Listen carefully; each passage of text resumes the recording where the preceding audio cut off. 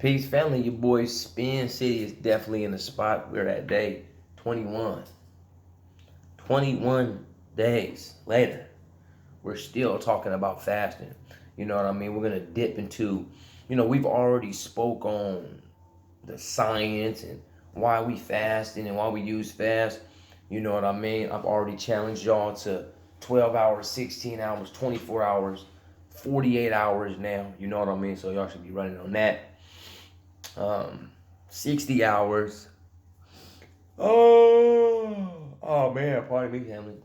I just do these on the rip. It doesn't really even matter. As long as you guys get the information. You know what I mean? Fast February isn't too much about the show, it's about the information. So, definitely with the Five Better Be masterclass course right around the corner. I'm out in March, on March 5th.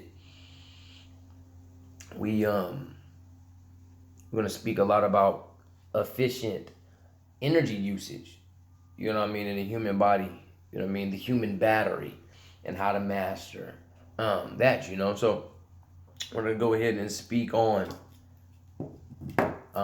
the metabolic processes. Okay, we're gonna talk about efficient energy use. Okay, so the metabolic processes that take place following a meal and during fasting are meant to ensure efficient storage of available energy, okay, in the first case, right? And constant blood sugar levels even when food isn't supplied in the second.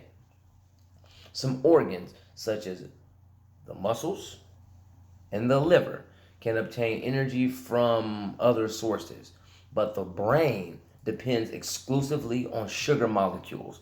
It is therefore crucial to maintain constant blood sugar levels, okay? Two hormones, okay, are secreted by the pancreas, are the main regulators of these mechanisms. This is insulin and glucagon. Insulin kicks in after meals and signals to the body that it is satiated. Glucagon swings into action also during a fast, signaling hunger. Remember, we've spoke on these before in ghrelin and leptin. You know what I mean? Hunger hormones. So we always look and we always hear these different words and these different terms being brought up about things that we've looked at before. I'm bringing those full circle so we'll never get lost. Okay, we've heard this. Oh yeah, ghrelin, leptin, oh glucagon, and insulin. Okay, so that's where we are, family. Right, the two hormones activity regulates the metabolism in the body's energy economy and includes the breakdown of glucose to supply energy. Okay, this is glycolysis and the synthesis of glucose from amino acids, which is called gluconeogenesis. These hormones are also involved in the mechanisms of breaking apart or creating complex carbohydrates and fats, which are responsible for the energy reserves such as glycogen and triglycerides. Okay, rising blood glucose levels during and after a meal trigger increased insulin secretion by the pancreas, and subsequently, a series of reactions that lead to sugar's entry into the cells and tissues into energy storage. Okay, for example, the as glycogen in the liver or as fat, right? The insulin also expedites processes of sugar breakdown and fat synthesis, the triglycerides, and stops the process of gluconeogenesis, glucose synthesis. And several hours after a meal, sugar levels in the body begin to drop. The pancreas stops secreting insulin and begins to secrete a second hormone, glucagon. The effects of glucagon is opposite of insulin's. It leads to the breakdown of sugar storage. Glycogen stops fatty acid storage and begins gluconeogenesis, glucose synthesis. In fact, we all experience short cycles of meal fasting on a daily basis, for instance, between dinner and break fast. Okay, so what happens when the available stores are depleted? Okay, we kicking today. This is what we need. Okay, this is, you know what I mean. Y'all want to go in depth and we really want to know. This is for those who want to know the science of. Okay, this is for those of you that want to know the science of. Is why I put this talk right here in place. Okay, the transition to a fasting state typically occurs around 12 hours after the last meal, when the liver's glycogen stores begin to run out and the body starts to break down fatty acids in order to supply energy.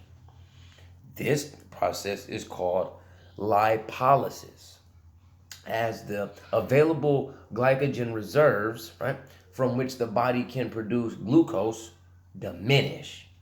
The need for an alternative energy source, for example, fat, it increases to satisfy this very need. A process of breakdown of triglyceride stores in fat cells commences, thus increasing the level of free fatty acids from which energy can now be produced. Thus, the first change occurs during a fast is the transition from sugar-based energy production to fat-based energy production. That's what we had called, that's what we said in the beginning, but I gotta open that book up some more. You know what I mean? I have to get in this information right here, because when I already spoke about becoming fat adapted, you know what I mean? Oh yeah, fat adapted. This is it. This is it, family. This is what we were talking about. This is where it was at. You know what I mean? Okay. So most of our body's tissues can obtain energy by breaking down the fatty acids, but not the brain, which needs glucose. To supply glucose molecules to the brain during the early stages of fasting, a process of breaking down proteins in muscles starts to take place, releasing glucose building blocks into the bloodstream. Yet this process causes damage to the muscles. Okay. Remember, I was talking about people being too lean and trying to fast out. Like, I'm a thin guy. What am I doing fasting for so long? We're start to see here in the science, what I mean, what's really going on. That my muscles can still atrophy, my cognition can still diminish, right? Because um mineral depletion, vitamins, minerals, etc., while we're up in that fast. And the body can't even sustain it for long periods of time. Therefore, our brain starts to switch to energy production from ketone bodies, molecules that are productions of the breakdown of fatty acids, termed ketosis. This process occurs in the liver, but its outputs nourish the brain, right? While most of the body's other tissues tend to produce energy directly from fatty acid breakdown. Okay, so just real quick, we can go over some changes real quick. I don't like to hold y'all long, but I had to get this out. Okay, the fast related transition from sugar-based energy production to fat-based energy production affects many processes in the body. For example, researchers in Massachusetts Institute of Technology studying mice discovered that the breakdown of fatty acids during a fast lead to the creation of new stem cells in the intestines, which help the mice recover from inflammations. Studies have also shown that processes that take place during fasting benefit pre-diabetic people. I was definitely one of those pre-diabetic people. You know what I mean? I found my way into, different fasts, water, juicing, um, fasting, etc., right? Because decreased cellular insulin resistance, okay? Ongoing studies are examining whether intermittent fasting is also beneficial to the bacteria population in our gut. Like I always say, the good old gut microbiome, okay? The development of inflammatory processes and maybe even to synchronize our biological clock. So now we're starting to turn over to a little bit of chronobiology. You know what I mean? So, um, like once again, we always see these great benefits when it comes to fasting. You know what I mean? It's important to remember that fasting also is not for everyone. You know what I mean? If you suffer from chronic illnesses and look back on the video of who should not fast, you know what I mean? You can go ahead and do that, y'all. Kicked over the science for y'all today, family. You know what I mean? So look into that, man. Appreciate y'all tapping in once again to Fast February as always. Peace, love, light, longevity be all with you. You know what I'm saying? You're a God mind with the God spirit inside of a God body. You know what I mean? Doing God-like activities. So make yourself God's again, family. I will see you back tomorrow for 222. You know what I mean? Fast February, day 22. Peace, family. Spin City. I'm out.